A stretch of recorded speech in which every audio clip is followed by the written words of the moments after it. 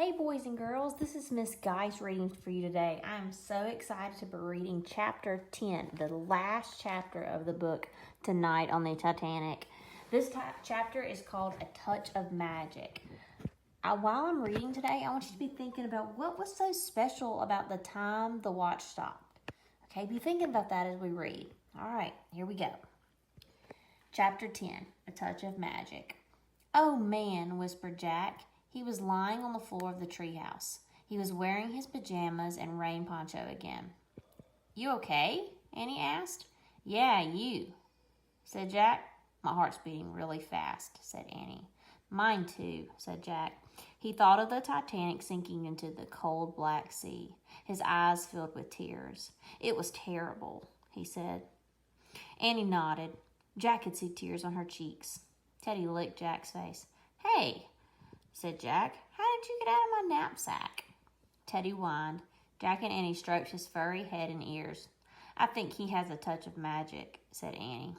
Slowly, Jack sat up. "He saved our lives," he said, "and now we have the first gift to break the spell he's under," said Annie. She turned on her flashlight. She shined it on the silver pocket watch that hung from around her neck. "Lucy's gift," she said. The watch had stopped. The hands were at 2:20. Jack was silent. Then he sighed. "That's exactly when the ship went down," he said. Annie looked at him. "I guess that's when time stopped for the Titanic," she said. Jack nodded. Annie put the pocket watch on top of Morgan's note. "A gift from a ship lost at sea," she said softly.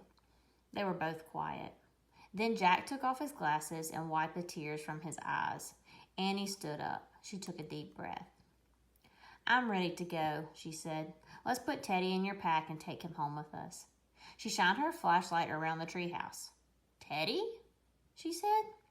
"There was no sign of the little dog." "He's not here," said Annie.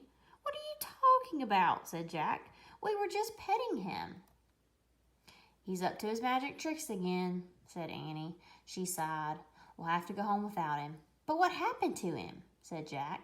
"I don't know," said Annie, "but I have a feeling we'll see him again soon." She started down the rope ladder. Jack looked around the treehouse one last time. "Teddy?" he said, but the treehouse was quiet.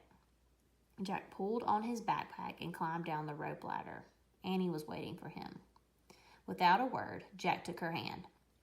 The rain had stopped, but water still dripped from the trees.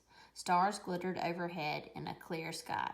Silently, Jack and Annie left the Frog Creek woods. They walked up the dark street to their house and climbed the steps of their porch. Before they went inside, they looked out again at the night.